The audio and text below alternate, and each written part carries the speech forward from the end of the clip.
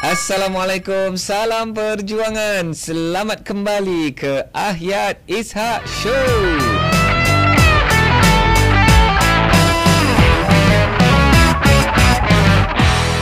Kali ini anda bersama dengan Ahyat dan sudah pasti bersama dengan co-host tetap kita Azim Sulaiman.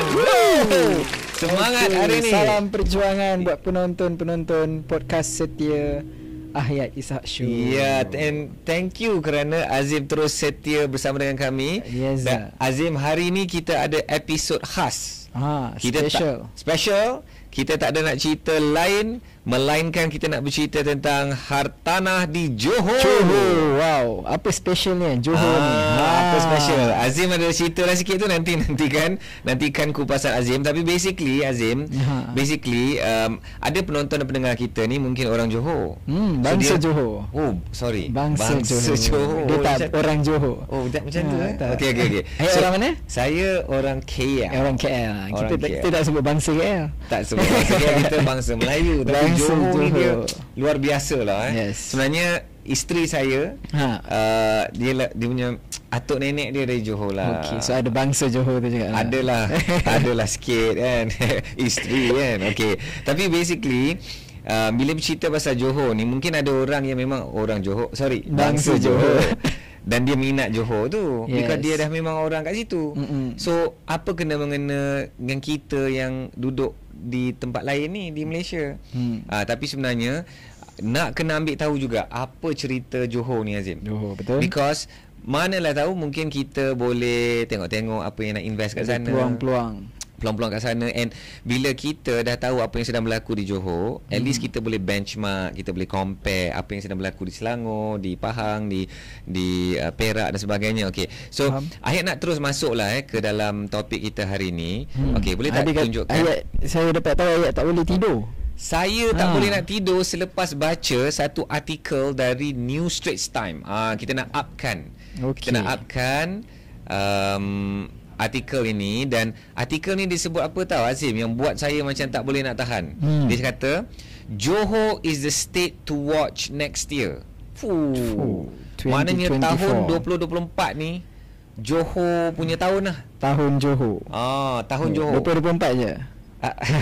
Okey. Sebab apa tu? Okey, Azim macam nak masuk ke topik lain dah tu, tapi sabar. So sekarang ni kalau anda boleh lihat, okey. So artikel ni tarikh dia berapa? Disember 2023 lah. Quite update lah Dan dia sebut Johor will be the state to watch in 2024, said the chairman of Reda Institute, Datuk Jeffrey Ng. Now, diorang Reda ni adalah Reda ni adalah Persatuan Pemaju Hartanah Jenis Kediaman. Jenis kediaman. Residential. So kenyataan ini, okey, setiap kali kita baca artikel, kita nak kena baca siapa yang bagi pandangan tertentu tentang tajuk itu.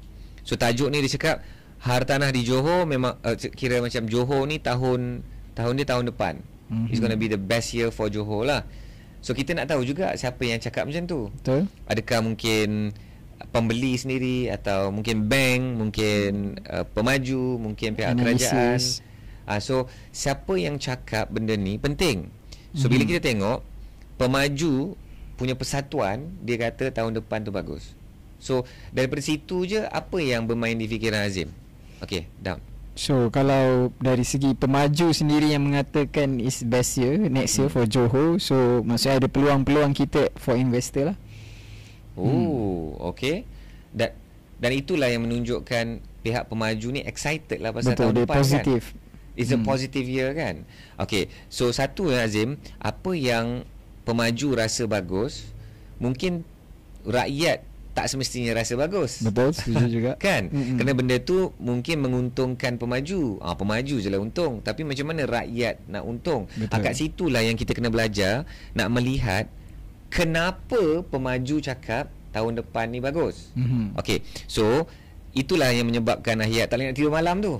Daripada satu artikel jadi 20 artikel. 20 artikel. Hari ni berpunca daripada ni. Okey, upkan balik. So kita boleh tengok antara sebab yang disebut ni kerana ada RTS, Azim Rapid Transit System. Rapid Transit System Link yang menyambungkan Bukit Cagar di Johor, Dengan Johor Bahru Woodlands. dan Woodlands di Singapura. Okay, so we're going to talk about that a little bit. And then the second thing is ni resuscitation of the HSR. Ayat suka tengok perkataan yang digunakan untuk menggambarkan sesuatu projek. So diorang guna perkataan resuscitation. Dia resuscitation ni kira macam doktor-doktor faham lah, nak resuscitate tu nak bagi mouth to mouth resuscitation. Sambung nyawa balik. Thank you. Macam apa Azim cakap tadi? Nak menyambung nyawa balik. Nak menyambung nyawa. Maknanya Menyambung HSR balik. tu maksudnya pernah hidup. Pernah hidup dan Macam dah nak hidup lah. Lepas tu, ditalkinkan. ditalkinkan. Ditalkinkan kerana dia dah macam dah mati. Lepas tu nak Diseru resuscitate balik. nak diseru balik. Dahsyat. Azim menggunakan Pemujaan tu balik. Nak puja dia balik. Ui, nak puja dia balik resuscitation of HSR. So yang ni pun kita nak kupas sikit. And adalah dia cerita yang ferry crossing ni ayat tak research lanjut lah. And then possibly even a third link bridge ni pun tak ada banyak cerita lah pasal benda ni. Okay, so itu dah dua perkara, RTS, HSR. And then dia ada cerita pula ni SEZ ni, Special Economic Zone. Special Economic Zone di satu lokasi yang menarik, yang juga mungkin diseru juga. yang mungkin resuscitate juga. Diseru juga. Betul lah Azim. Kan?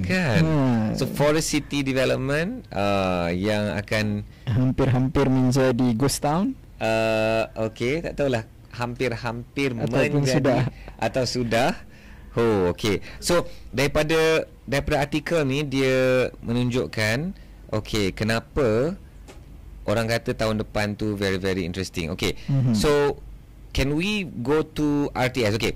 So RTS ni boleh tunjuk kat dalam skrin juga bagi mereka yang sedang menonton di YouTube dan bagi mereka yang sedang mendengar podcast. InsyaAllah Ayat akan terangkan lah. So boleh pergi ke mymrt.com.my. So rupa-rupanya Azim, RTS ni cerita MRT. Yang kita yang kat KL Selangor ni yang duk cerita pasal MRT 1, MRT 2 dan yang sedang dikempenkan supaya MRT 3 tu juga diterus dibina kan. So sebenarnya RTS ni di bawah MRT Corp. Dan mereka nak bina apa ni? Mereka nak bina satu LRT. Dia cakap Light Rail Transit. dia nak bina LRT system. Dan dalam LRT system ni ada dua je stesen. Stesen di Bukit Cagar Dan di Malaysia Woodlands. dan di Woodlands di Singapura. So bayangkan LRT ni kan macam LRT di KL, MRT, contoh MRT 1 ada berapa tu 20 lebih stesen di 51 km tu. Tapi yang di RTS ni dia just nak menyambung itu je. Ya, dan dia pun hanya 4 km sahaja. 4 km. 4 km saja. So tetapi kapasiti 10,000 penumpang. yes, exactly. 10,000 penumpang per hour which is itulah yang menyebabkan benda ni dinamakan rapid. So apa beza rapid dengan KTM? Ialah rapid ni dia boleh menggerakkan lebih banyak penumpang dalam satu-satu masa. Ya, so dijangkakan 40,000 penumpang sehari. Sehari yang akan gunakan sistem ni. So adakah 40,000 ni signifikan? Okey, bagi Azim 40,000 ni rasa macam mana? Rasa banyak ke sikit ke apa? For me banyak. Dan of course kalau kita comparekan dari segi keluar masuk di sepadan Johor, di tambak Johor, so I believe ini sedikit sebanyak dapat membantu meringankan kesesakan di tambak Johor. Exactly. Memang itu sangat-sangat dinantikan lah. Sangat-sangat dinantikan. So kat sini kalau boleh up the screen, dan projek ini pun dah berjalan. Projek ni dah berjalan dan sebenarnya panjang cerita projek ni. Sebenarnya berdekad yang dulu dah ada menteri di Singapura yang mencadangkan satu bentuk rapid transit di antara Malaysia, JB dengan Singapura. And then if I'm not mistaken 2010 je baru dia betul-betul disambut cerita nak disambut. Okey, tapi sebelum tu kalau boleh dilihat di sini, inilah dia yang Azim kata tadi 4 km tu. 4 kilometer. Kalau pergi ke MRT punya website, dia boleh tunjukkan. So apa kesan benda ni kepada hartanah? Bagi Azim, Azim excited tak bila dengar selama ni nak beratur berjam-jam, nak cross. Adalah KTM, nanti kita boleh cerita pasal KTM juga. Ada KTM JB Central ke Woodlands. Tapi tidaklah rapid. Dan ada land crossing, naik kereta lah. Tapi sekarang ni akan ada LRT yang begitu rapid. Betul. So kalau as a bangsa Johor, so kita boleh pergi lunch balik hari je lah kat Singapura. Rasa-rasa nak makan nasi ayam Singapura, kita naik LRT. Nasi ayam Singapura dia cari. Nasi ayam Singapura kan tu antara sering digaduhkan oleh netizen. Apa netizen cakap? Nasi ayam Singapura, nasi ayam is origin from Singapore or Malaysia. Siapa punya? Dia orang nak claim. Dahsyat tau. Nasi ayam pun dia nak ambil kan. So kita bergaduh antara dua negara ni nasi ayam. Nasi ayam punya pasal kita bergaduh. Tak apalah. So bagi Azim dah pernah rasa ke nasi ayam dekat Singapura? Nasi ayam tak, tapi nasi campur yes. Nasi campur nasi campur dia kedai. Tak ingat City something nama kedai Melayu tu. Ada juga kedai City kat Singapura kan? Yes. Berapa harga tu? Harga dia kalau ni I think less than $10. Less than $10 lah kan. So kita ingat kita selalu cakap jangan convert kan lah jadi RM30 lebih. Tapi bayangkan dia pun gaji Sing dollar. Dia pun spend Sing dollar kan. Okay, so Azim kalau ada rapid transit ni up balik, Azim nak pergi, senang nak masuk kan. Betul. So bayangkan orang Singapura pun mungkin akan cakap benda yang sama. Betul, exactly. Kan? Weekend je shopping. Weekend je. So dah tak perlu nak naik kereta. And then ada pula isu isu petrol. Isu petrol. Dan tak ada dah tak jadi isu petrol. Dah tak ada isu petrol lah lepas ni. Kerana nak kena goyang-goyang kereta. Yang tu netizen ada ada selalu viral lah. Itu selalu viral lah. Nak kena goyang-goyang kereta. Nak isi penuh full tank kan, sebab minyak kita murah. Ya Allah. So apa arahan dia? Arahan of course kalau dari segi by law benda tu tidak dibenarkan lah sepatutnya. Untuk full tank. Bukan not even full tank, maksudnya tak boleh beli RON 95 pada harga subsidi. Dan ada juga kes yang viral yang mamat tu isi itu tak ada jugalah. So of course based on enforcement. Susah nak enforce tu benda tu kan. Betul. Okay, alright. So inilah dia lokasi dia. So menarik ni. Bukit Cagar kat situ kan. Bukit Cagar and Woodlands. Sangat dekat kan. Sekarang ni berapa minit dari stesen kalau yang KTM 5 minit je. KTM 5 minit. If I'm not mistaken, I read somewhere this is going to take about 6 minutes. So lagi slow pula daripada KTM. I'm not sure. But this is something interesting lah. So basically, down balik. So basically, bila ada RTS ni guys, bayangkan dia dah jadi macam convergence. Dalam hartanah ni dia ada satu perkataan yang dinamakan convergence.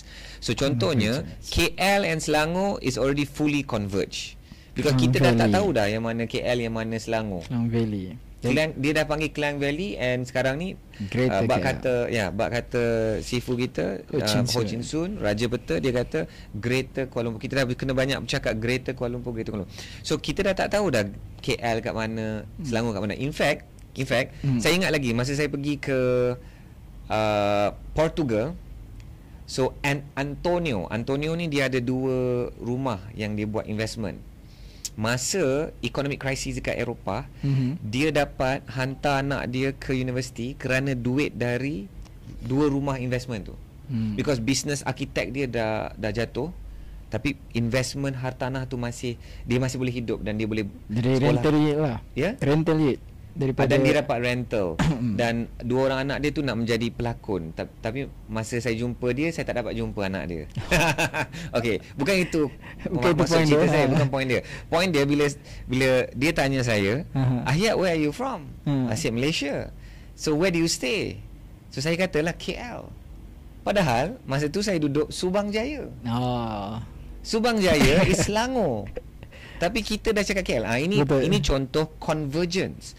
Converge, dia dah converge. Dia dah Dia dah apa? Bersatu Sama lah kalau pergi balik kampung ke jumpa saudara mara kan.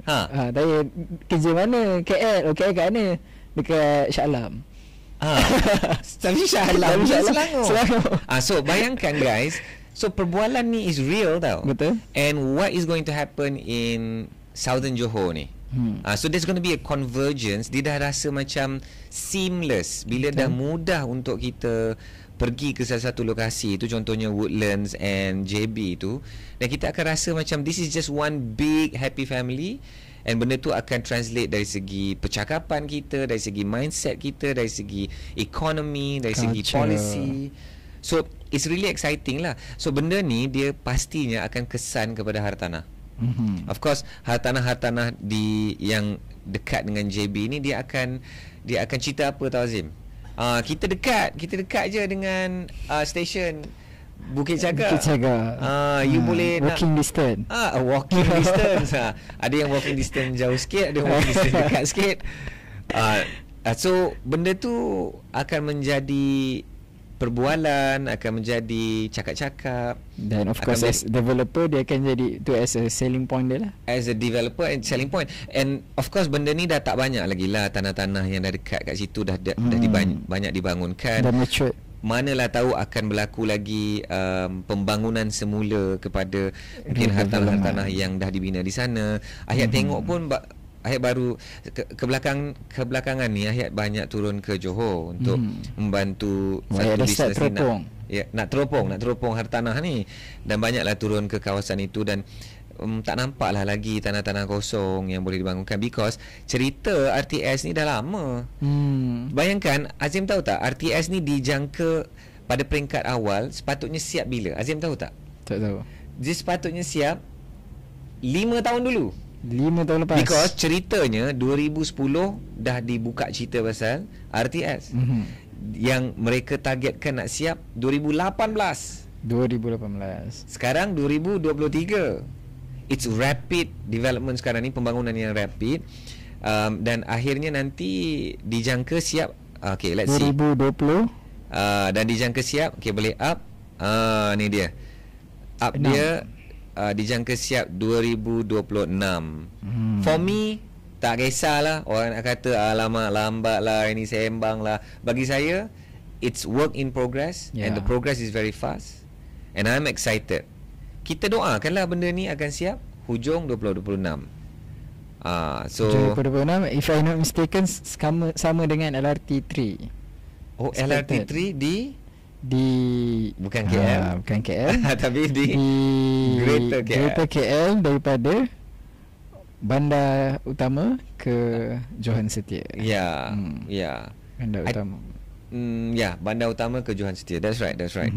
Okay, so inilah dia expected to siap end of 2026. So imagine hartanah ni is kind of interesting tau Azim. Dia macam saham. Bila syarikat tu umumkan sesuatu, bila syarikat tu umumkan sesuatu dan orang excited, then harga saham tu akan dah naik. Walaupun apa yang dia umumkan tu mungkin tahun depan punya cerita. Baru announcement. So selalunya analis cakap apa? So the excitement tu dah investors dah factor in that announcement into the price of the saham, into the price of the counter. So dalam hartanah pun sama.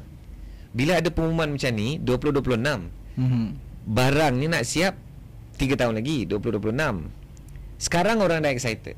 Faham? Dan bila excited tu, dia akan translate kepada harga hartanah. Dia akan memberi impact.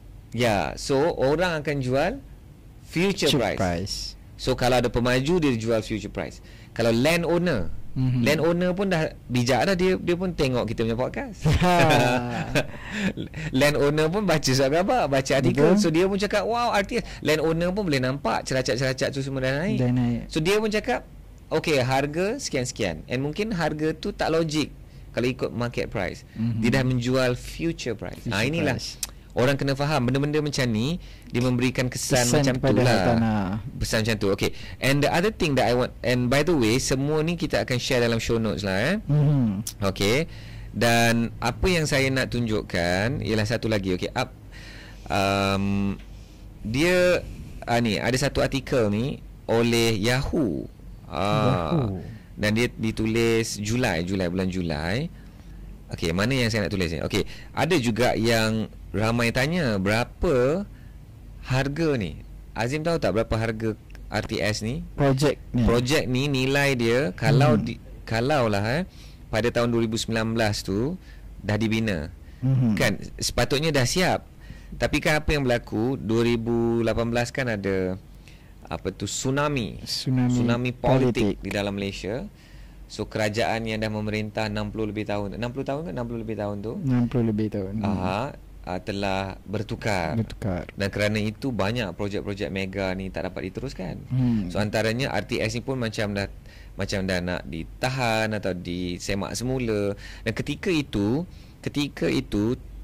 nilai dia baru 1 bilion. 1 bilion ringgit. 1 bilion Sing dollar.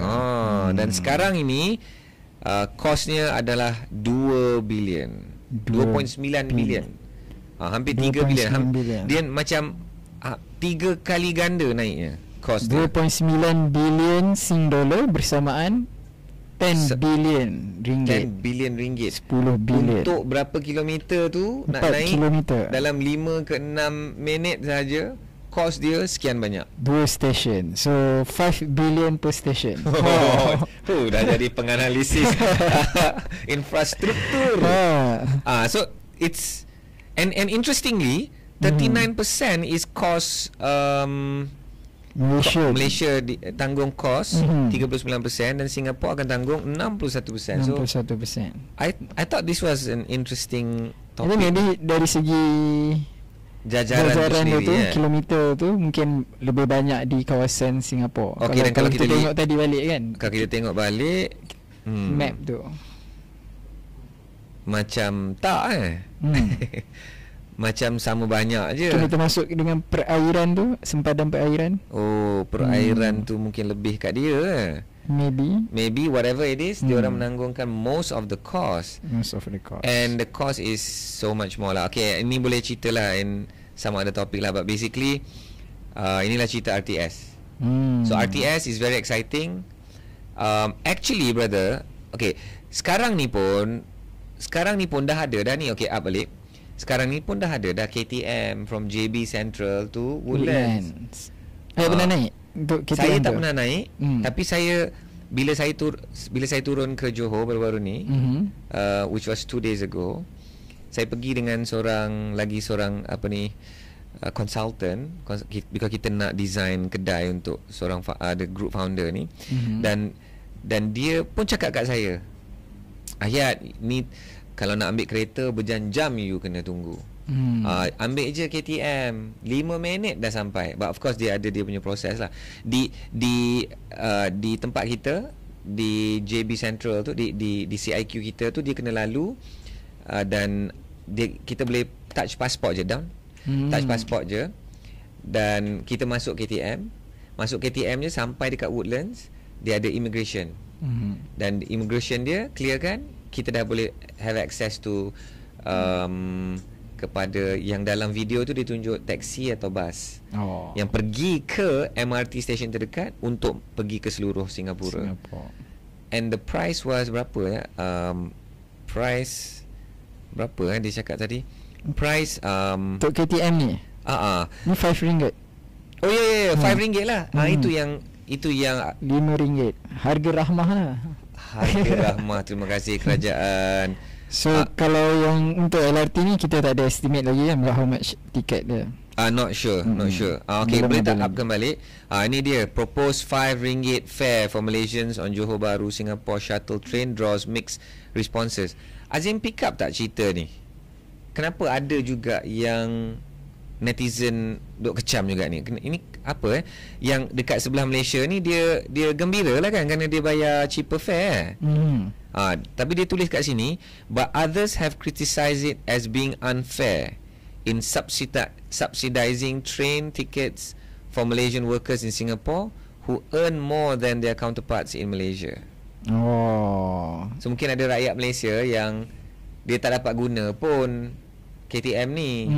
Itu kerajaan subsidikan dia, padahal dia kena naik bas ke, dia kena naik LRT, MRT ke, dia kena bayar lebih daripada RM5 untuk LRT dia. Itulah, kita tak dapat nak memuaskan hati semua pihak. Aduh, itulah, kerajaan susah nak jadi kerajaan bila dia umumkan RM5 untuk geng-geng JB nak pergi ke Johor. So geng-geng tu gembira lah.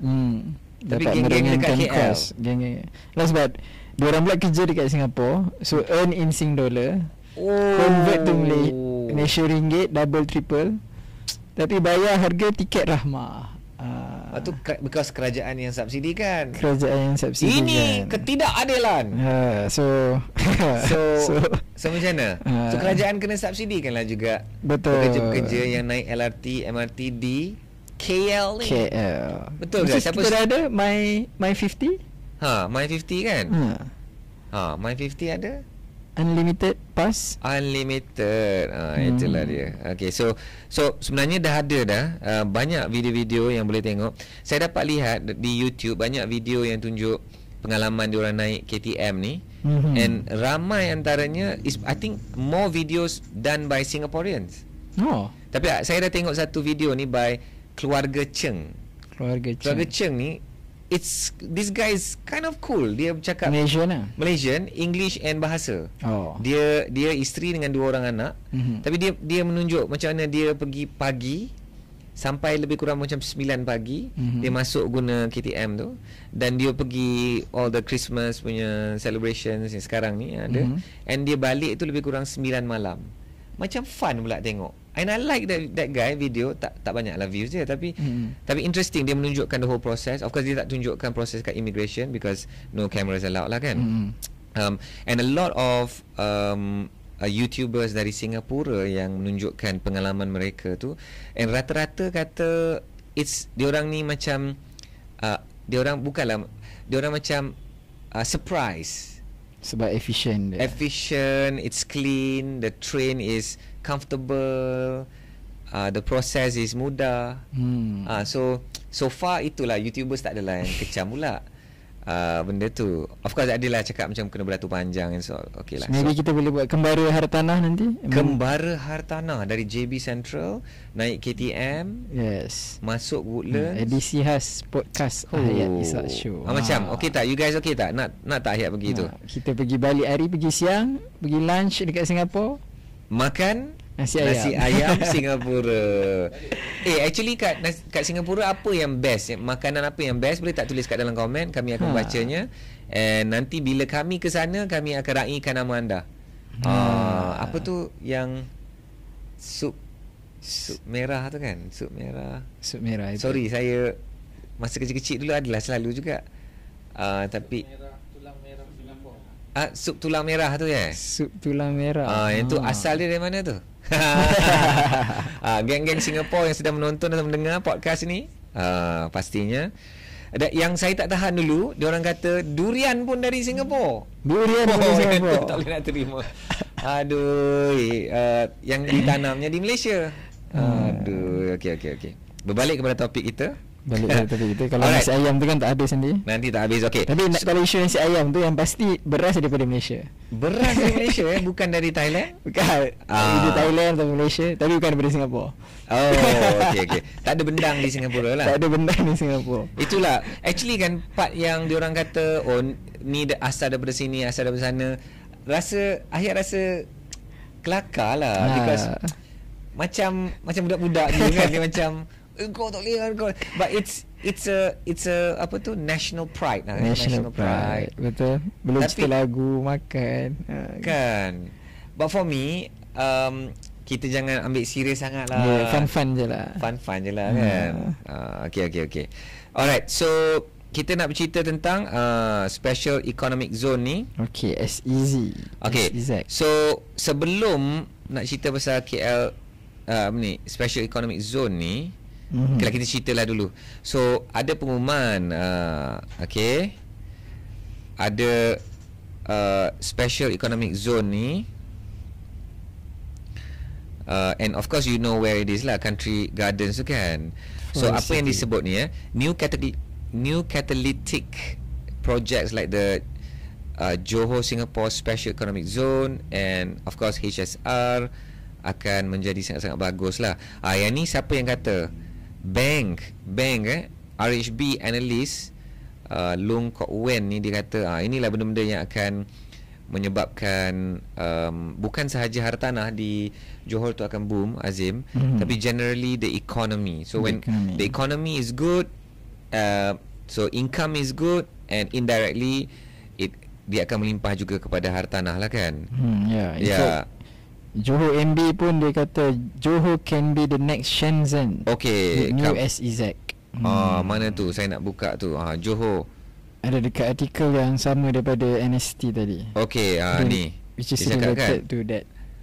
Johor, okay, boleh tunjuk ni Johor Special Economic Zone and Johor ni Johor can be the next Shenzhen. Johor can be the next Shenzhen. So Shenzhen ni, siapa yang tahu cerita Shenzhen ni? Shenzhen ni dia maju kerana Hong Kong. So the economic power was Hong Kong, and Shenzhen di China tu melimpah-limpah lah. Manfaat ekonomi tu melimpah ke Shenzhen. Dah pernah sampai ke Shenzhen? Shenzhen saya tak pernah sampai lagi. Hong Kong yes, a few times. Saya tengok YouTubers yang review kereta, dia pergi ke kilang BYD di sana, di Shenzhen, dan sangat-sangat amazing lah bila tengok dia punya bandar di Shenzhen tu. Saya pun belum pernah sampai. So diorang memang mostly dekat sana is green technology. Diorang menggunakan EV. Even diorang punya public transport semua guna EV. So it's amazing lah kan. Okay, so boleh tak up balik ni kita nak pergi mengembara. Bagi siapa-siapa yang dah pergi nak tengok Shenzhen. Okay, sekejap, saya kena share. Alright, so Shenzhen ni boleh lihat lah, it's almost exactly like the Johor and Singapore story. Kalau boleh tengok ni kan, kalau tengok dalam screen, itulah Hong Kong. Hong Kong ni kan, Hong Kong. Dan Shenzhen ni di bahagian China. So diorang pun ada all this, boleh tengok Shenzhen ni pun jadi maju. Boleh tengok, wow, memang padat dah pembangunan di Shenzhen. Betul. Dan mereka ni menjadi maju kerana limpahan ekonomi daripada Hong Kong. So Hong Kong di sini, memang Hong Kong dah tak boleh nak grow lagi dah, mestilah nak mencari ni Hong Kong Island. Hong Kong Island ni, bayangkan Hong Kong Island, dia punya kesan ekonomi tu sampailah ke utaranya, ke Shenzhen. So kalau kita lihat dari segi peta, kita tengok Singapura dan Johor. Singapura dan Johor boleh lihat, it's also a northwest kind of orientation kan. So kalau kita lihat kat situ, so tengok ni, so inilah the Hong Kong, but it's Singapore kan. And then the benefit is on the southern Johor, on Johor side lah kan. So begitulah ceritanya. And satu tempat tu yang akan menjadi special economic zone ialah the Forest City ni kan. Forest City boleh anda lihat di sini. Dan bayangkan kalau tempat ini menjadi a special economic zone, kita pun belum ada apa-apa berita yang jelas atau pengumuman jelas, tapi sedang bercerita tentang apa itu the special economic zone kan. Dalam artikel yang Menteri Besar Johor tadi, kaitan dengan next Shenzhen tu, dia ada bagi tahu lah apa industri-industri yang dia aim ataupun target untuk dalam SEZ ni. Kita high tengok tech industry sectors, electrical and electronics, pharmaceuticals, electric vehicles, EV, automotive parts, components, agriculture, renewable energy. So tu antara bidang-bidang yang selari dengan I think selari dengan federal government punya aim untuk high growth, high value, HGHV. Wow, investment.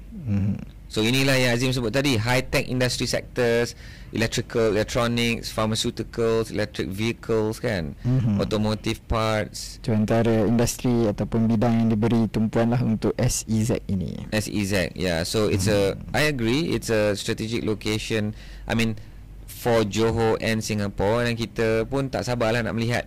Dan benda ni semua ni Azim, dia akan ada spill over to the general economy, and then dia akan juga spill over kepada hartanah kan. Exactly. Bukan sahaja memberi peluang pekerjaan kepada rakyat ataupun bangsa Johor, tapi juga boleh memberi kesan secara tidak langsung kepada hartanah. Ya, ya.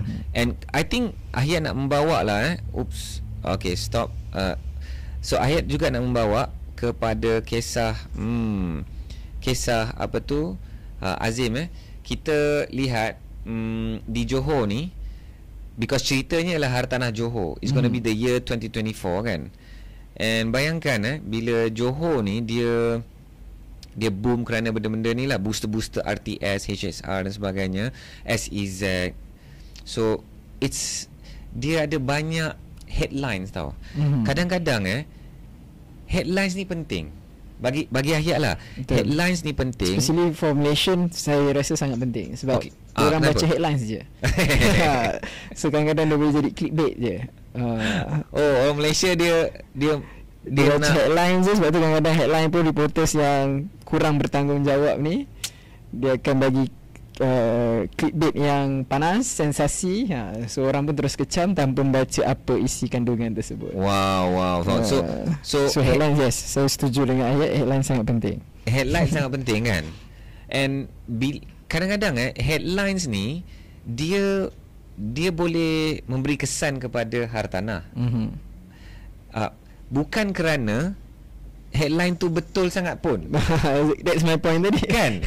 Tapi kerana headline tu dia memberi kesan kepada psikologi tu, dia ada feel good. Dia ada feel good factor. So bila feel good factor ni, contohnya orang akan rasa macam confident.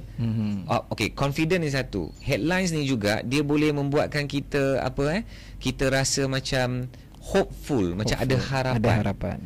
Ya, so kita nak merungkai lagi beberapa headlines, dan kita nak take a quick break, and kembali kepada break ini kita nak bercerita tentang seorang yang sangat-sangat penting, iaitu Sultan Johor. Apakah kesan Sultan Johor kepada pasaran hartanah? Azim boleh lihat kesan tak? Sultan Johor Sultan Johor kepada pasaran hartanah. Apa kaitan dia? Mari kita tunggu selepas ini.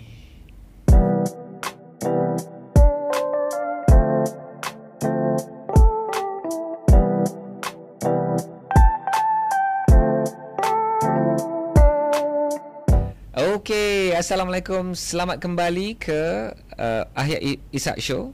Dan kita dalam edisi khas Johor, hartanah Johor. Dan semua perbincangan kita hari ini bermula kerana satu artikel ni, boleh tunjukkan, Johor is the state to watch next year. Dan daripada artikel ni Ahiyat pun dah go through, dan kita gali lagi dan jumpalah banyak-banyak artikel-artikel yang lain. Okay, stop share. Okay, so dan sebenarnya kan Azim, sebelum kita nak bercerita tentang Sultan Ibrahim, Sultan Johor ni, dan apa kaitan dia dengan hartanah di Johor kan, mungkin ada pendengar atau penonton kita ni nak macam apa kaitannya. Sultan dia boleh jadi booster. Sultan boleh jadi booster. Yes, nanti saya akan tunjukkan. Alright, tapi sebelum tu nak cerita, sebelum ni pun boleh share dalam skrin.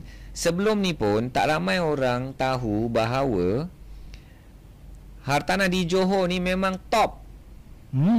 Azim, so kalau tengok ni laporan dari bricks.my ni, okay, bagi mereka yang peminat-peminat hartanah ni, anda boleh pergi ke bricks.my ni dan buat kajian lah untuk harga market untuk hartanah anda.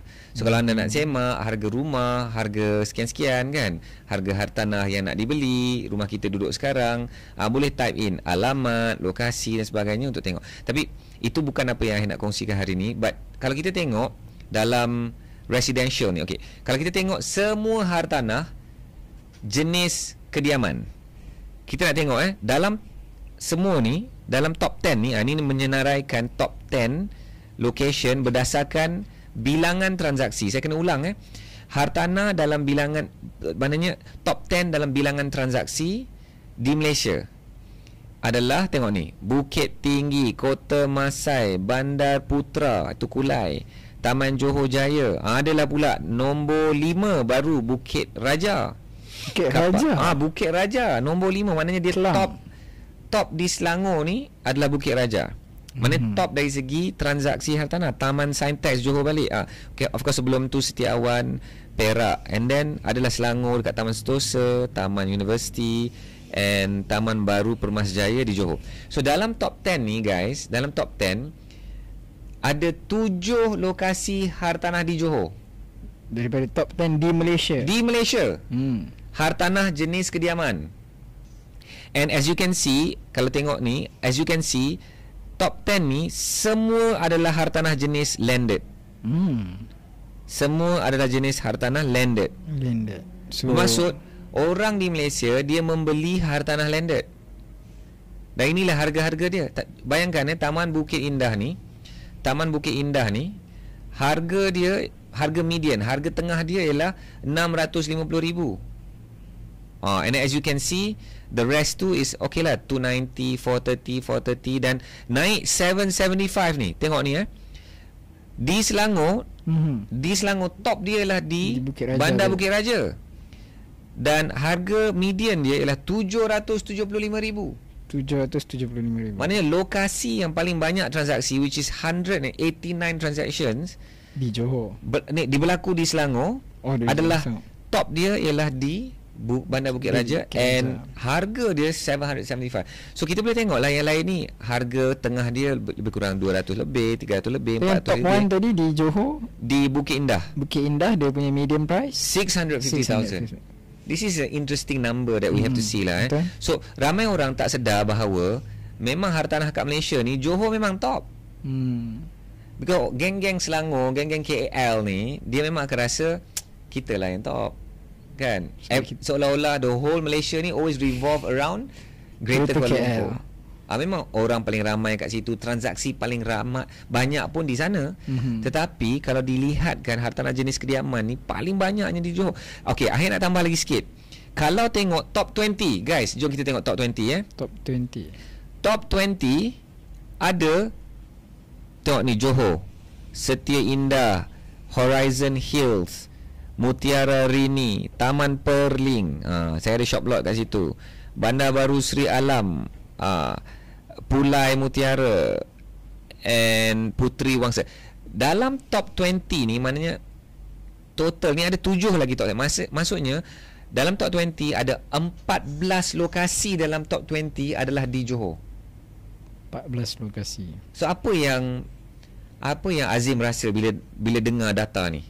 So that's interesting. Actually for me, I pun baru tahu juga pasal ni, kan? So daripada top 20, 14 di Johor. So macam saya cakap, selama ni kita ingat di Greater KL. Betul. Sebab kita pun memang kita tahu dari segi ekonomi, dari segi GDP semua adalah di KL mostly. Tapi sebenarnya kalau kita tengok based on figures tu adalah mostly di KL, di Johor.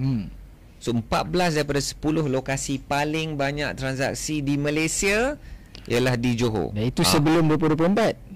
Belum lagi tahun Johor lagi. Katanya tahun depan, tahun tahun Johor. It's glory year for Johor. Wow. So bayangkan guys, boleh tengok ni screen lagi sekali. Azim cakap apa? Itu adalah data sekarang. Tapi apa akan jadi ni, Johor is the year to watch next year.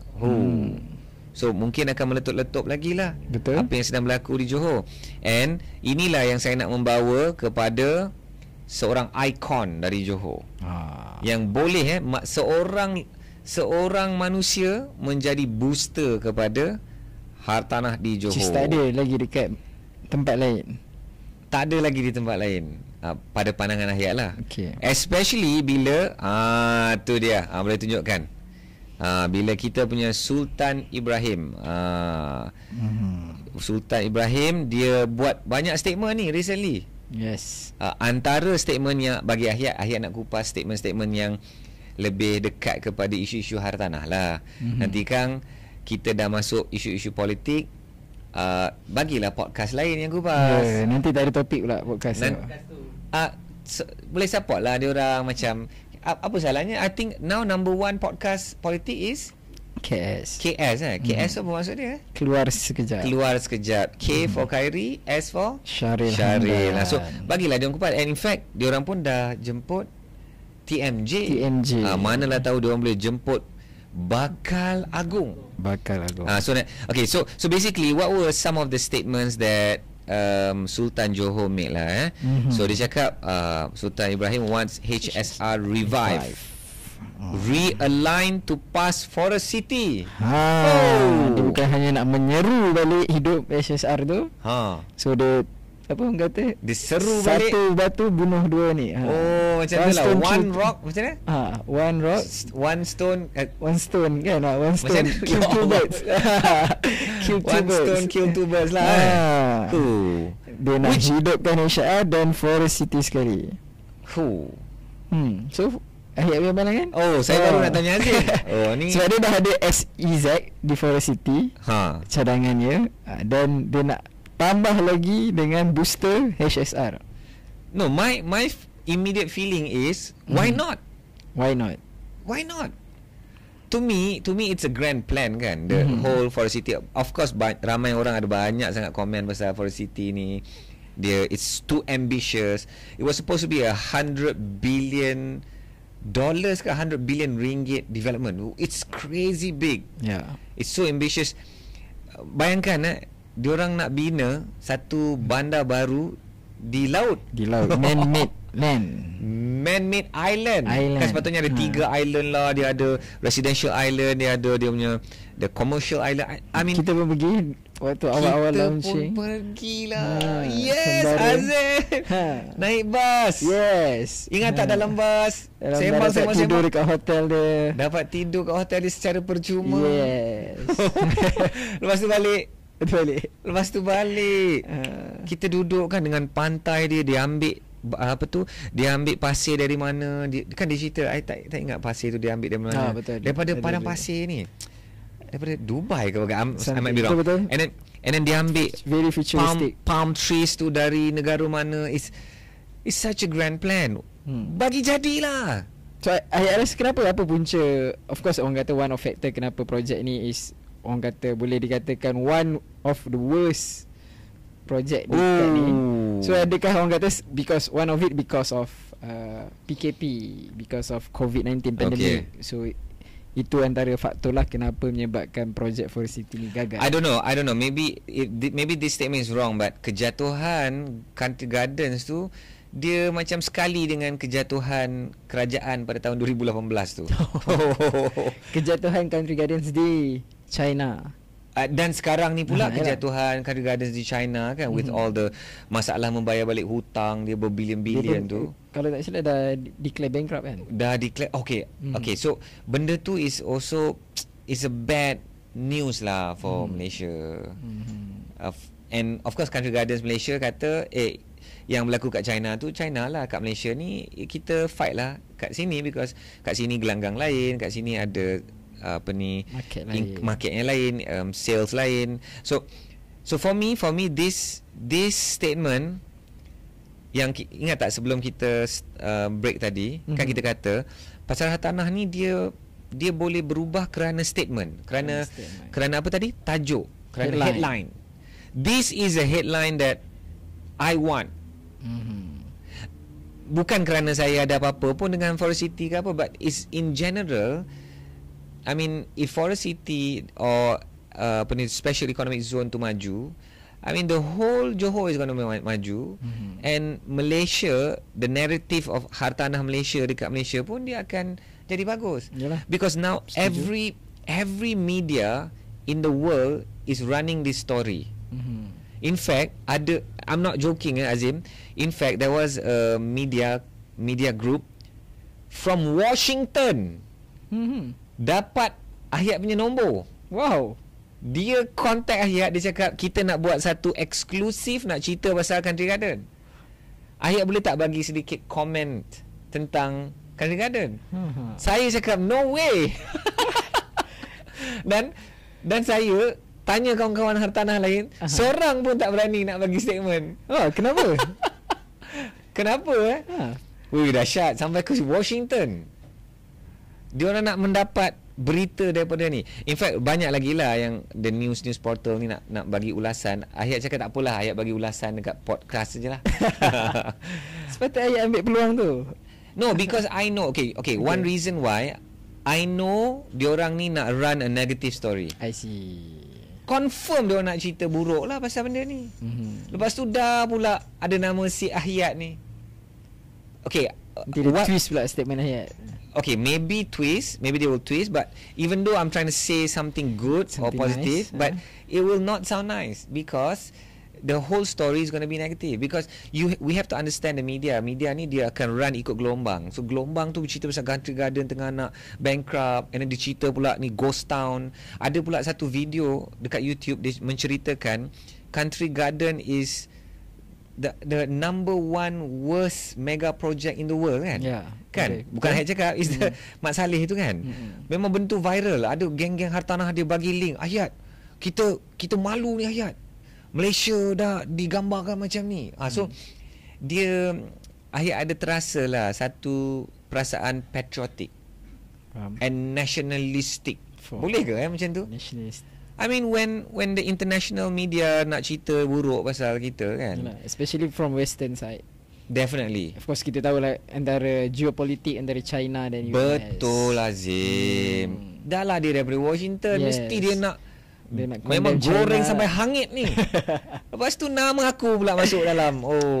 So dia tak jadi best lah. So I feel a bit patriotic when it comes to even hartanah, when it has nothing to do with me pun, but Ayat as a rakyat Malaysia ni, I tak boleh terima benda ni. While the stories might be correct, tapi kadang-kadang dia goreng sampai hangit sangat lah. Nanti kan diorang ni pun dah terjatuh. Lepas tu you sepak lagi. Dia dah jatuh, you sepak lagi. Bayang tak? Macam mana? Dia kena ada perumpamaan baru lah. Macam jatuh ditimpa tangga, tak cukup. Dia macam jatuh ditimpa tangga, diterkajang pula. Kena terkajang pula dek kawan-kawan yang kat keliling kita kan. So for me, okay, coming back to this, I love this article, man. I love this article. Sultan Ibrahim wants HSR revive. Dan lepas tu banyaklah pula komen-komen keluar daripada HSR sendiri, daripada menteri pengangkutan sendiri. Okay, and this is one thing that I want to highlight lah. Ada juga of course from across the causeway, daripada Singapore sendiri Azim, Channel News Asia from Singapore, CNA, dia pun banyak menceritakan tentang this upcoming Agong. So I like this. The statement is analysis. Johor Sultan's outspoken nature, ties with Singapore and China set to figure in his rule as Malaysia's king. So I mean banyaklah artikel ni Ayat baca, and Ayat suka baca sebenarnya artikel dari Singapura. Because daripada situ kita boleh tengok apa pandangan diorang terhadap Malaysia, apa yang sedang berlaku kat Malaysia. And dia menceritakan, artikel ni menceritakan macam mana dikabarkan Sultan Ibrahim ni ada relationship yang baik dengan Singapore. Bukan saja Singapore, dengan China. Ada relationship baik dengan PMX. So dan dia ada sebutlah dia ada relationship baik dengan ni ada gambar PMX tengah senyum. Mana senyum? Okey lah tu kan. Kalau senyum okey lah tu. Nampak. So this article ni dia orang takkanlah nak tunjuk gambar tu kalau gambar tu tidak penting. Dan dia pun Facebook dia foto tu pun source from Sultan Ibrahim. From Sultan Ibrahim kan. Yeah, and I think the whole relationship with Singapore when he's Agong, and also this article mentioned MM2H, which I want to talk about in a little bit lah. Yeah. So ni kan Agong ni. Okay, so this is very interesting for me and very exciting also lah. Okay, so boleh tengok juga ni. Alright. So ini juga ada keluar statement daripada Menteri Pengangkutan. HSR revival will depend on Malaysia's financial capability. So menteri pun nak kena cakap juga, bukan kami tak nak revive balik seperti yang Bakal Agong nak. Dia pun dia playing safe juga ni. Betul. Maknanya kerajaan nak bagi tahu, wahai sultanku yang bakal menjadi agongku, kita nak je, tapi kena tengoklah juga kewangan. So ini statement yang saya rasa sangat selamat dan sangat critical statement lah. Critical statement, and satu statement yang beradab. Beradab. And of course lah, kalau nak cerita banyak lagi statement-statement yang keluar. In fact HSR, saya tak ada artikel tu dalam slide sekarang, tapi HSR pun dah extend the tender process ke middle of January next year. Bermaksud kerajaan acknowledge bahawa ada kumpulan-kumpulan tertentu yang berminat nak bina HSR ini dan operate dan menanggung risiko, menanggung kos itu. Maka kerajaan extended tu supaya dapat memberikan lebih masa. And this is something interesting in the article, I don't have it now, but the article mention that memberikan masa untuk kumpulan-kumpulan tertentu untuk membina konsortium, because this is a mega project. This is a mega project. So I'm very very interested to see lah. And also I was interested to see ni Negeri Sembilan pun nak masuk cerita HSR ni. Kenapa agaknya Azim Negeri Sembilan pun excited pasal HSR? Dia pun nak ada spillover effect daripada HSR. Because kenapa? Kerana dia akan ada satu stesen di Aikro. Ini memang kalau ikut alignment asal lah, original. Memang ikut alignment asal. Dan bagi saya, please lah bagi jadi. And of course Aikro ni is on the outer side of Melaka lah kan. Saya nak stop share. Saya nak tunjukkan. Mari kita tengok Sementara tu tu masa kita Malaysia batalkan HSR ni, kita ada kena bayar penalti kepada Singapura kan. Itulah, betul lah. Benda-benda macam tu lah yang about 500 million tadi. Aduh, kan, 500 million ringgit. Itulah. So apa pengajaran kita? Jangan tukar kerajaan lah. Kan tengok, bila tukar kerajaan banyak mega projek ni dah berubah. For me tukar not necessary lah, bukan tukar kerajaan. Sepatutnya walaupun tukar kerajaan mana, sepatutnya mana dasar atau polisi yang bagus, yang baik itu kita kekalkan. So janganlah hanya kerana bila bertukar government, bertukar pentadbiran, so kita semua nak hapuskan polisi-polisi ataupun orang kata legacy oleh kerajaan terdahulu, so kita batalkan semua tanpa melihat. Dan I don't know, kalau for me, kalau kita of course macam kita tahu kes ni dibatal, HSR ni dibatalkan sewaktu pentadbiran Tun Mahathir. So adakah dia memang anti public transport punya projek? Kena tengok juga. Masa zaman dia kita banyak dengar pasal bangunan kan, macam of course KLCC. Adakah kita banyak dengar tak pasal infrastructure projects kan? Yang betul-betul terpahat di memori kita ialah of course Najib. Betul, exactly. Najib yang betul-betul go big on infra. MRT1, MRT2, MRT3, LRT3 pun zaman dia. LRT2 extension. LRT2 extension and then ECRL, RTS ni pun masa zaman Najib. So betul. Najib ni, dan juga Najib ada announce bangunan-bangunan tinggi juga. So Najib ni dipukul habis TRX dah ni. TRX saya dah pergi dah. Viral. TRX tu nak kena pergi. Anis dah pergi. Saya lalu je nak. Guys, TRX sangat pack and tak sangka it's so successful. And why they call it the Exchange kan, the shopping mall, is because that's the only shopping mall with an interchange, MRT1, MRT2, betul tak? Betul. So it's such an amazing location. Bagi jadilah, I mean like what you said, tukar kerajaan pun kalau benda tu bagus, kita teruskan lah. But I think I remember masa 2018 tu kan, bila kerajaan dah jatuh dan kerajaan baru yang naik, the main point was, adakah Malaysia mampu dari segi financially. So mega project ni memang betul dah diumumkan, gempak, and macam is such a big news. Tapi can we really afford it with our current financial situation kan? So banyak cut. ECRL pun cut, LRT 3 pun cut. Ada stesen yang sekarang now tambah balik. Now ada 5 stesen yang telah dikeluarkan dalam Belanjawan 2024. Lepas tu Belanjawan 2024 dah diumumkan akan bina semula pada bajet yang sangat melampau. Ya, kita boleh kupas next session. Yang itu pun satu lagi topik yang hangat. Okay. But yeah, so the infrastructure tu kan.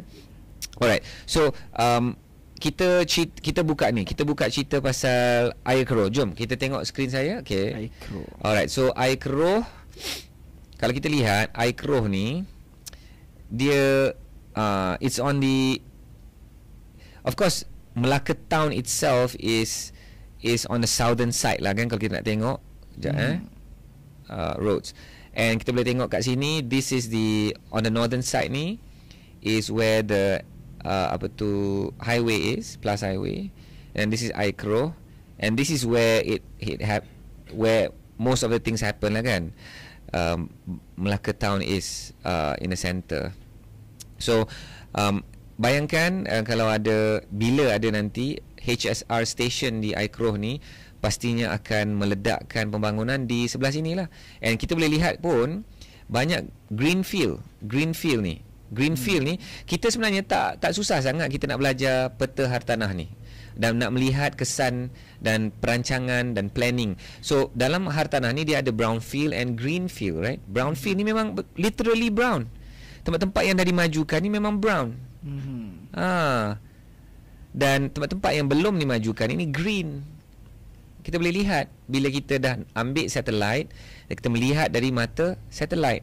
And this is maybe, I don't know how many 100 kilometers up in the sky, and we can see it very very clearly, the green field and the brown field. So kita boleh melihat lah banyak potensi pembangunan yang akan meledak sekiranya Air Keruh HSR itu akan boom. So kita memang edisi khas untuk Johor, Azim. Tapi bila kita tengok, rupa-rupanya, okay, stop share. Rupa-rupanya kita ada juga pengumuman. Kita nak cerita tentang pengumuman HSR dan kesannya kepada Johor. Tapi ada juga kesan kepada negeri-negeri lain. Because HSR ni nak lalu. Betul. Nak lalu kan. Di Negeri Sembilan di mana? Kalau di Melaka di Air Keruh? Ya, Negeri Sembilan kat mana? Kat mana? Kalau tengok artikel ni, so dia tak ada exactly.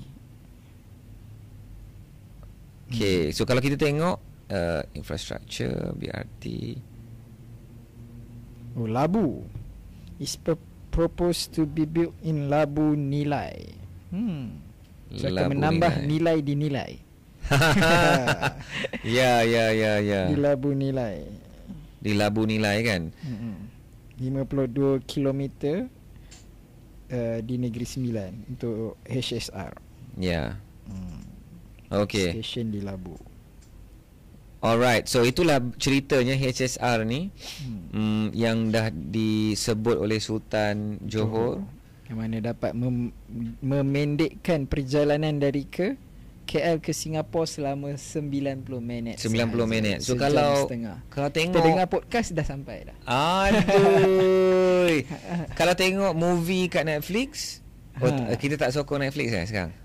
Sorry, saya pun Netflix boycott boycott juga Okay, so kalau movie tu 2 jam tak sempat habis movie. So tak payahlah tengok movie, kita dengar podcast. So kita pun boleh lah pergi, bukan orang Johor, bangsa Johor sahaja boleh pergi lunch nasi ayam balik hari. Kita pun boleh pergi lunch daripada kita KL. Boleh. Betul. So itulah sedikit sebanyak cerita pasal HSR, and basically itulah yang nak diceritakan tentang HSR lah. So Sultan Ibrahim yang bakal menjadi agung pada 31 Januari 2024. So semasa kita buat rakaman podcast ini, kita di berapa hari bulan ni, 15 Disember 2023. So setakat ini sahajalah but the story is continue to give updates. Banyak cerita dan Ahyat follow rapat lah. For me, I really hope it happens. But you think about it, Azim, bila kita bercerita tentang RTS tadi, yang sedang dibina ni pun akan siap 2026. So HSR ni yang sedang baru nak cerita-cerita, nak dicadangkan pun, bila agaknya siap? Itulah, maybe 2040. Maybe janganlah 2040. So maybe I don't know, 2030 ke 2035 ke, biar jadilah, because kita HSR pun dah kalah dengan Indon. Ya, betul. Apalah. So sebenarnya kita rakyat Malaysia ni tak untung kalau kita bergaduh politik ni. Tapi tu kalau waktu I pergi travel ke Bali hari tu, waktu tu HSR tu baru siap. Tapi tak ada, kat Bali of course tak ada lah HSR tu. Okay. Cuma bila tanya dengan penduduk lokal dekat situ, bila borak, diorang kata umpamanya Presiden Bapak Jokowi tu menjual negara kepada China disebabkan projek HSR tu. So the same lah lagu juga bila kita cakap dekat Malaysia ni. So apa Ayat punya pandangan tu tentang pasal orang kata HSR ni kita terikat pembiayaan daripada China tu satu, and then orang cakap bila dah siap sekalipun, orang mungkin tiket tu terlampau mahal so pun tak mampu pun. So why not, better lagi murah, mungkin you naik flight from KL to Singapore instead of you naik HSR. Wow. So ada pandangan-pandangan begitu. Yelah. So kita akan menunggulah apa yang diorang akan sebut tentang HSR ni. Dari segi financing dia, benefit. So sebenarnya sebelum tu pun, sebelum masa HSR ni dicadangkan pun, ramai juga orang yang kata sebenarnya yang untung adalah Singapore.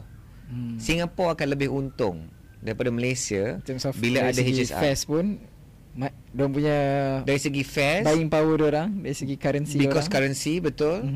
And then dia dapat akses kepada tanah yang lebih besar, ekonomi yang peluang-peluang ekonomi sepanjang jajaran itu, dan of course to the other parts of the world, because Malaysia is so integrated to the other parts of the world juga kan. So ramai ada orang cakap sebenarnya limpahan ekonomi itu ialah macam seolah-olah Singapore akan lebih untung. So para pendengar dan penonton, apa pendapat anda?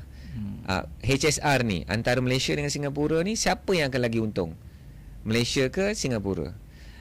I don't know. I feel Malaysia pun akan untung. And sebenarnya banyak pergerakan ekonomi antara KL dengan Johor, KL dengan Singapura. And I mean, as for me juga, it's like literally every week I'm going to Johor. So Ahyat pun tertanya diri sendiri, kalaulah sekarang ni I have to go down to Johor, will I take the HSR or will I still choose to drive? Ya? Kalau drive, kalau Ahyat drive lah 3.5 ke 4 jam lah. Saya selalu dikecam oleh kawan-kawan. Itu speed berapa tu? Itu ikut speed limit lah. Ikut speed limit. Tapi ada sahabat-sahabat yang perlu pergi ke Johor bersama dengan Ahyat selalu, dan mereka tak tahan bila Ahyat yang nak menyukarelakan diri untuk bawa kereta sendiri. So selalunya diorang akan cakap, tak apa Ahyat, kau bawa kereta kau, minyak pun kau boleh bawa, kau boleh, kerana kau nak menyukarelakan diri kan. Tapi bagi kita orang drive, saya tak boleh. Saya kena drive. So saya dikenali drive ni pemandu santai, pemandu berhema. Yeah. So yeah, it's, can you imagine 3.5 hours as compared to maybe 1.5 hours. 1.5 hours. But of course, where is the terminal in? Of course, the original plan was in Bandar Malaysia lah kan, going down to I don't know where the station is going to be in Johor.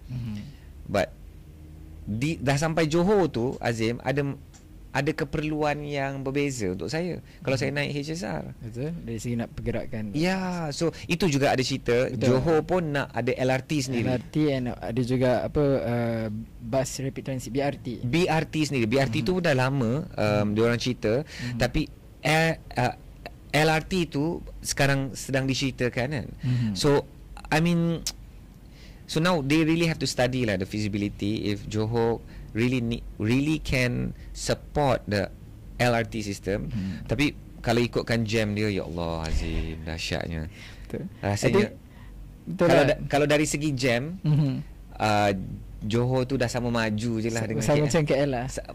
Kalau kita nak letakkan Jam tu sebagai benchmark. jam sebagai benchmark nak tahu negeri tu maju atau tidak, memang Johor memang dah maju pun. But kerana jam dia pun dah sangat-sangat sengit, sama meriah macam kat KL. Faham. Maka saya menobatkan Johor sebagai negeri maju.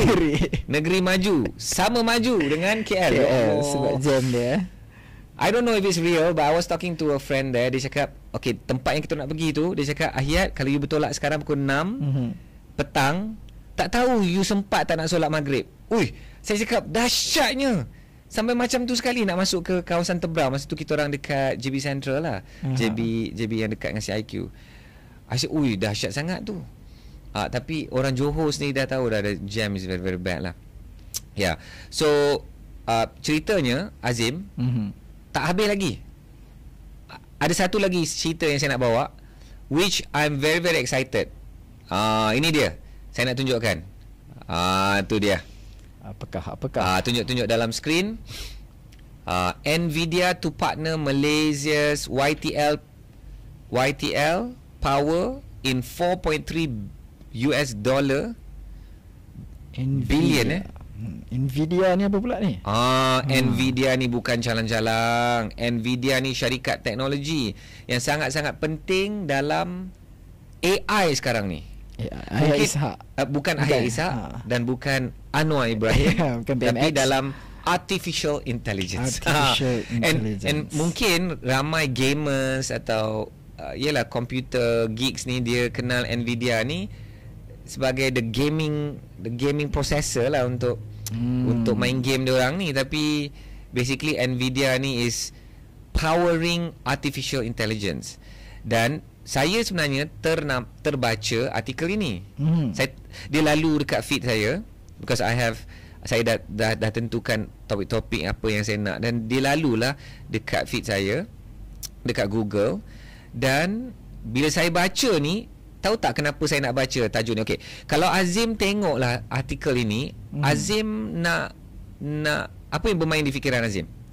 Tak nampak dia punya headline. Okay, Nvidia to partner Malaysia's YTL power in $4.3 billion AI development project. So it's a high growth, high investment punya ni. Okay, good. Dari segi of course dari segi peluang pekerjaan. Betul, peluang pekerjaan, and this is not biasa-biasa punya, this is AI. Dan of course kat mana dia nak buat? Location dia tu. Azim ni bukan sahaja kacak bergaya, tapi bijak. Bila nampak tajuk-tajuk macam ni, apa yang bermain di fikiran Ahiyat? Kat mana ni? Lokasi dia tu di mana? Lokasi. Okey, mari kita gali, mari kita gali. Okey, ini dia. Nampak tak? Dia nak ada data center di mana, tuan-tuan dan puan? Cyberjaya. No. Kita saja. Jeng. Dia nak di Johor. Kan saya kata hari ni Ahiyat Ishak Show is Johor edisi khas Johor. Dia nak buat kat mana exactly dekat Johor ni? Ada dia bagi tahu. Jap. Nampak ni. Of course lah. YTL dia nak buat dekat tempat dia lah. Tempat dia kat mana? YTL's Data Center Park in Kulai, Johor. Azim, bayangkan $4.3 billion. So darab, katakan darab 5 lah. Katakan 20 bilion ringgit. 20 bilion ringgit. 20 bilion ringgit tu lebih kurang lah kos nak bina the whole MRT1. 51 km, 30 berapa station?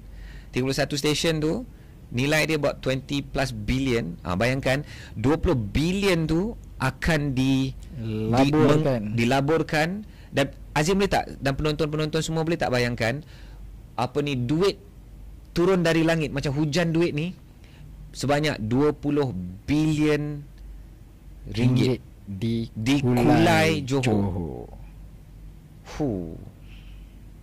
So these are news that I want to hear. So mungkin geng-geng hartanah yang baru kenal hartanah, dia tak nampak apa kaitan dia. Apa kaitan? Okay, so macam dia baca lah, YTL, Nvidia nak spend, baguslah, ekonomi. Dia nampak mungkin berita-berita yang direct pasal hartanah. Contoh kalau kerajaan bagi rebate ke, bagi exemption stamp duty. So things yang macam tu yang ada kaitan secara langsung kepada hartanah, itu yang diorang betul lihat. So Ahyat nak mengajar lah, kita ni nak kena membedah sikit artikel-artikel ni, dan ramai juga yang kata macam, Ahyat, aku duduk kat Selangor, aku duduk kat Kuantan, aku duduk kat Kedah, yang aku mampu pun nak beli rumah satu tu yang aku duduk. Nak belajar lagi apa yang berlaku kat Johor ni, aku tak mampu. But ada di kalangan investor-investor yang dia melihat whole of Malaysia, nak melihat all the opportunities yang ada. And of course, Ahyat sebagai guru dan cikgu hartanah ni nak kena menyampaikan lah cerita-cerita kat Johor, because ada orang yang minat dekat Johor. So kena bercerita benda-benda ni. And this type of announcements, kalau tengok lagi announcement lagi, ini another group lah pula. Tengok ni. Ni ada another group, GDS secures $270 million ni. Of course this one dah sampai 1 bilion ringgit. Green financing for Johor data center, Nusa Jaya. So these are the people, Chinese data center developer. Dengar Chinese data center developer and operator GDS has raised 1.27 billion ringgit for financing its Nusa Jaya Tech. Ni dah lokasi yang lain dah pula. Nusa Jaya. Bukan kat Kulai. Dia dekat Nusa Jaya. Ui, Azim, bayangkan hujan duit tu turun. And of course dia ada cerita juga yang Kulai ni, because rupa-rupanya dia akan jadi kontraktor untuk kat Kulai juga. Nampak? Guys, come on guys. Sebenarnya benda ni sangat-sangat jelas dan nyata. Dah terang dah, bersuluh dah ni. It's so, bayangkan data center ni ada pekerja, Azim. Tu tadi saya baru nak tanya Ahyat soalan tu juga. So macam mana tadi Ahyat kata berita-berita pasal ekonomi ni, macam tadi 20 bilion akan dilaburkan di Kulai untuk data center Nvidia. So macam mana dia memberi kesan secara tidak langsung kepada hartanah. Azim dah sebut pasal gaji. Gaji is very very important. Peluang pekerjaan. Sebelum nak cerita hartanah, kena cerita gaji dulu. Kena cerita duit, kewangan. And then the second thing is, siapa yang nak merumahkan semua pekerja-pekerja ni? Betul. So akan ada demand untuk nak duduk rumah, sewa rumah, beli. Sewa rumah, betul. Bagi Ahyat, anchor yang paling kuat ialah jobs. Anchor hartanah.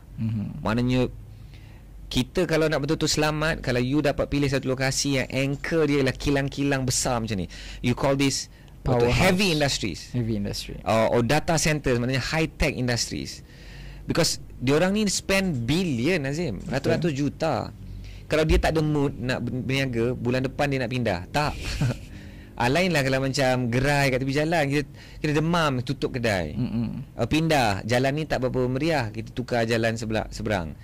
Tapi ni adalah kilang-kilang yang dah berjuta-juta, berbilion-bilion. So you diorang dah kaji. Diorang dah kaji, brother. In fact, bila Ahyat tengok Kulim, ada syarikat-syarikat yang dah kaji. Dia kaji beratus lokasi di dunia. Akhirnya dia pilih Kulim. So bayangkanlah, kita baru ni apa nama dia? Kulim High Tech. Kulim High Tech, yalah, dia punya company tu. Was it Infineon dan sebagainya, kan? Yes, Infineon. So it's no joke. Diorang dah study ni, bukan saja kau study Negeri Sembilan, Kedah, kau study Johor, tak. Dia study whole world, Vietnam, China, Thailand, Indonesia. Semua tu pun, semua nak dapat duit-duit luar ni. Diorang pun berlawan dengan kita. Masuklah kita punya Mas Elon. Musk. Mas Elon. Elon Musk, kan? Elon Musk. So this is something very powerful, kan?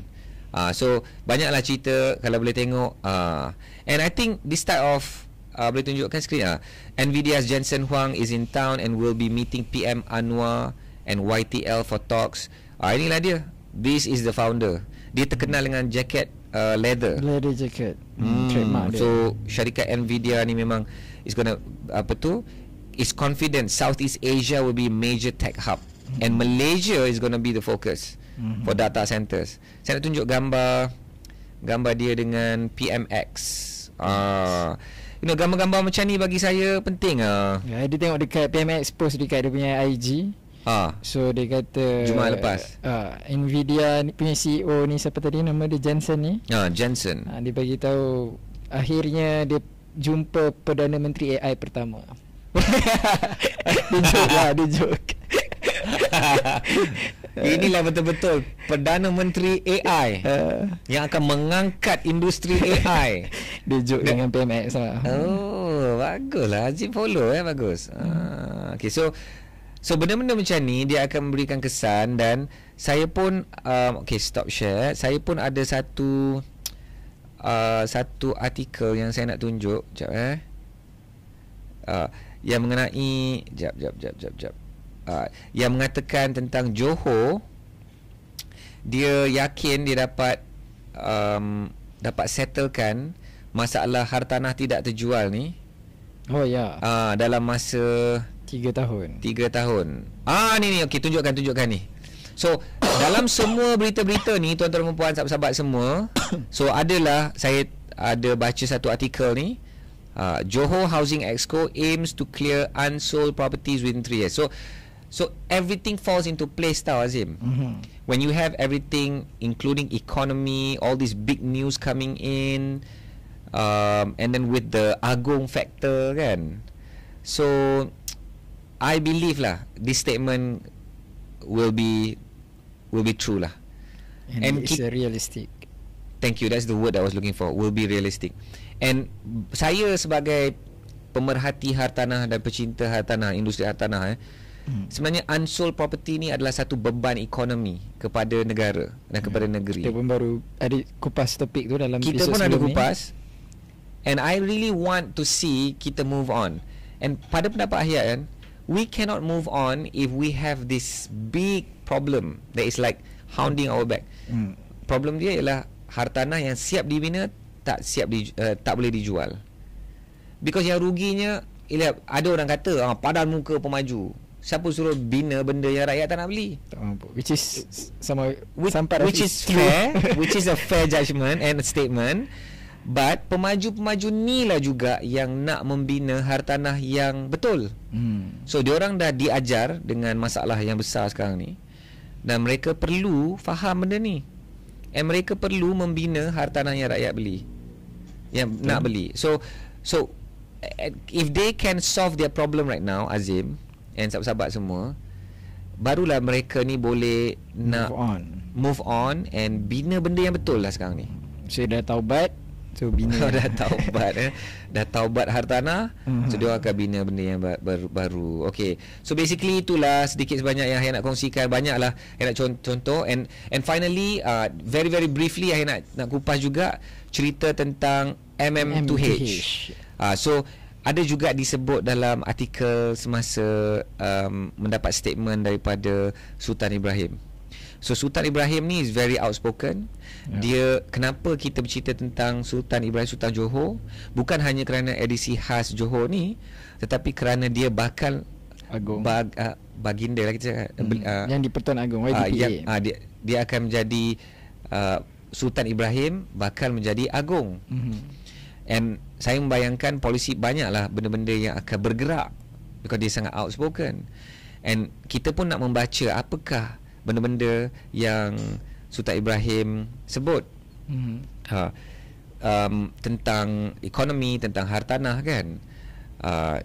So it's, to me, it's very interesting lah to see apa headlines yang disebut. Ada sebut tentang SPRM, ada sebut tentang Petronas, ada sebut tentang HSR, ada sebut tentang Special Economic Zone, ada sebut tentang MM2H, sebut tentang politik pun, sebut tentang politik, pasal PMX, tentang PMX ya. So MM2H ni akan ada reaksi yang berbeza-beza daripada rakyat, because dia kata MM2H ni kita nak mengajak orang luar pula nak membeli hartanah di Malaysia.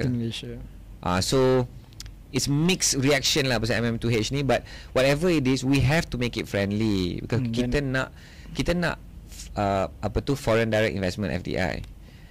So diorang invest kat Malaysia dan diorang pump duit, buka kilang-kilang, dan of course the bosses want to consider nak stay in Malaysia, buy property in Malaysia. Tapi bila kita punya policy tu tidak friendly, seperti yang baru-baru ni dah diubah, yang baru ni sangat tak friendly, dan sekarang ni dia nak saya diketatkan tu pun waktu 2018. Betul, masa itu, dan dia sebenarnya satu luka yang dalam kepada the expatriate community. Kita sebagai rakyat Malaysia ni susah nak faham. Tapi seolah-olah bayangkan orang luar dia dah menerima Malaysia sebagai rumah kedua dia. Dan dia besarkan family dia hidup dia dah Malaysia dah. Dan dia pilih Malaysia daripada negara-negara lain pun. Dan tiba-tiba bila diletakkan syarat yang tidak munasabah. Contohnya kena income tiba-tiba, I don't know, I might get it wrong, 10,000 kena 40,000 a month. If you tak memenuhi syarat ini, get lost. Dan selama ini dia dah setia dengan Malaysia, dia dah sayang Malaysia, dia dah anggap Malaysia itu negara kedua. Dan kita kena ada rasa kemanusiaan lah juga. Ihsan. Kena rasa ihsan, itu perkataan dia.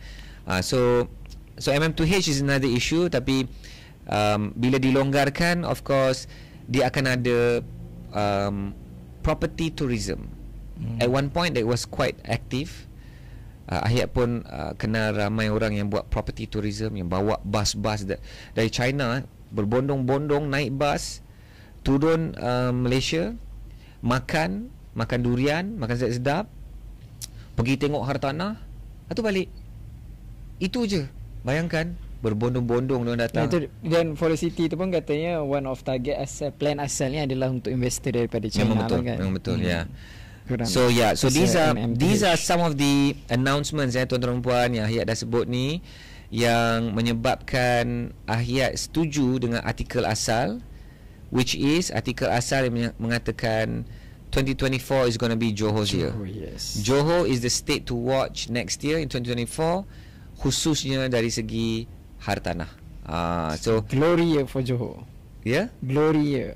A glory year for Johor. Okay, so itulah perkongsian kami pada hari ini. Azim, sebagai penutup, apa yang bermain di fikiran Azim? Apa yang Azim rasakan? Saya rasa saya pula yang tak dapat tidur malam ni.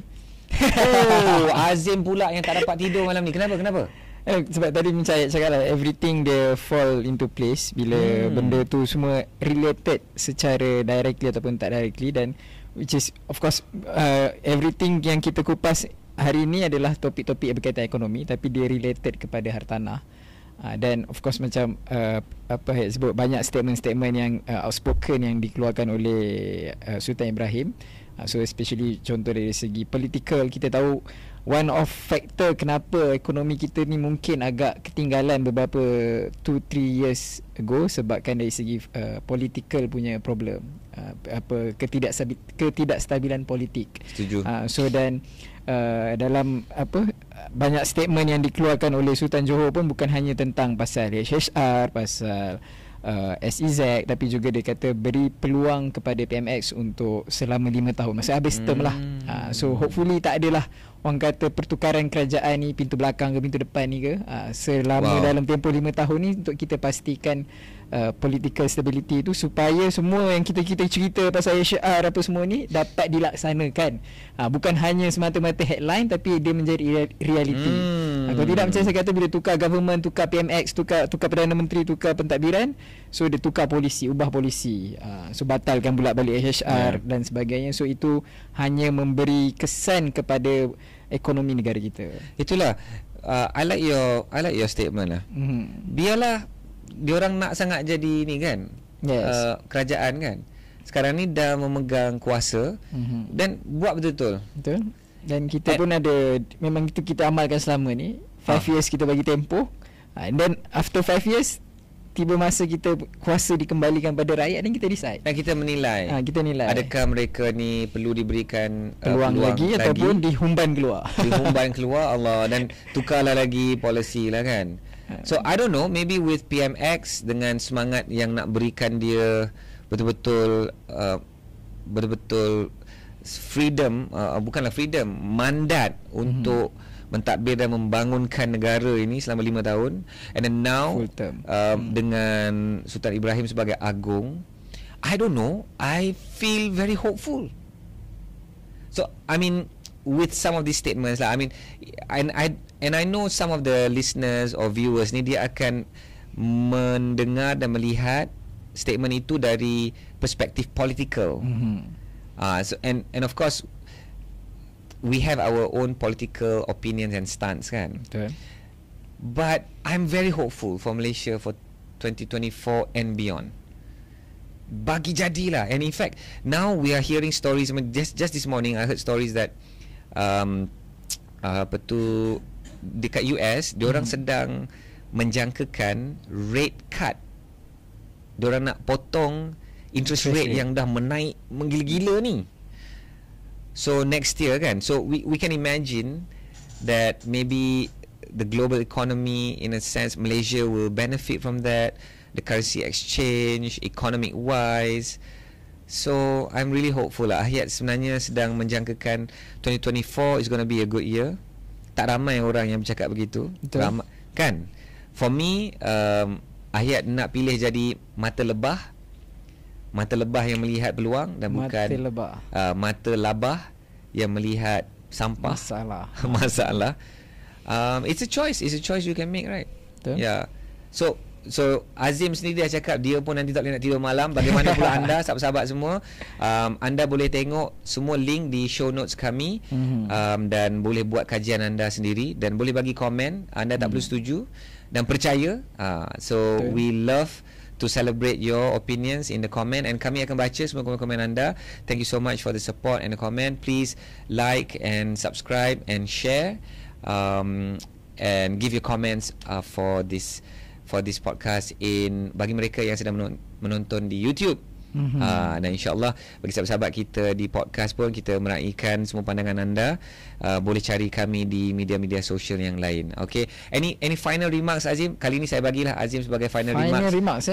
Sebagai macam nak merangkum semua lah cerita 2024, the glorious year for Johor. So macam saya cakap tadi, of course kita relate dari segi hartanah. So mungkin ada sahabat-sahabat kita, pendengar dan juga penonton podcast Akhir Ishak Show yang mungkin orang muda yang first time nak beli hartanah pertama, especially yang bangsa Johor, ataupun not necessarily bangsa Johor, mungkin di luar bukan bangsa Johor, tetapi nak melabur hartanah yang pertama, mungkin can consider Johor sebagai destination. Sebab macam saya cakap tadi, bila kita tengok top 10 transaksi hartanah di Malaysia ni pun 7 out of 10 daripada adalah di Johor.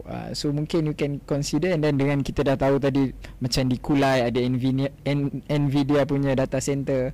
So mungkin lepas ni boleh buka bricks dan search berapa harga median price di Kulai, di Nusa Jaya untuk another data center.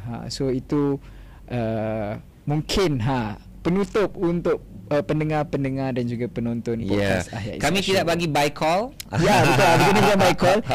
Kau consider. Sebab saya cakap ini headline. Ini headline. Benda tu belum lagi belum menjadi reality. So kita perhatikan, kita keep update dengan berita-berita mengenai HSR dan juga RTS, data center, SEZ, ekonomi. Betul. Betul. Please don't buy based on buy call. Buy based on your call. Betul. Okay, but apa yang Azim cakap tadi tu pun saya akan buat. Saya akan zoom in ke Kulai. Saya akan zoom in ke tempat-tempat ini, and maybe it can be something good. Alright. So sahabat-sahabat semua, berakhirnya edisi khas Johor di Ahyat Ishak Show selesai, dan kita akan sambung lagi minggu depan. Kita next week kita akan ada quiz lagi.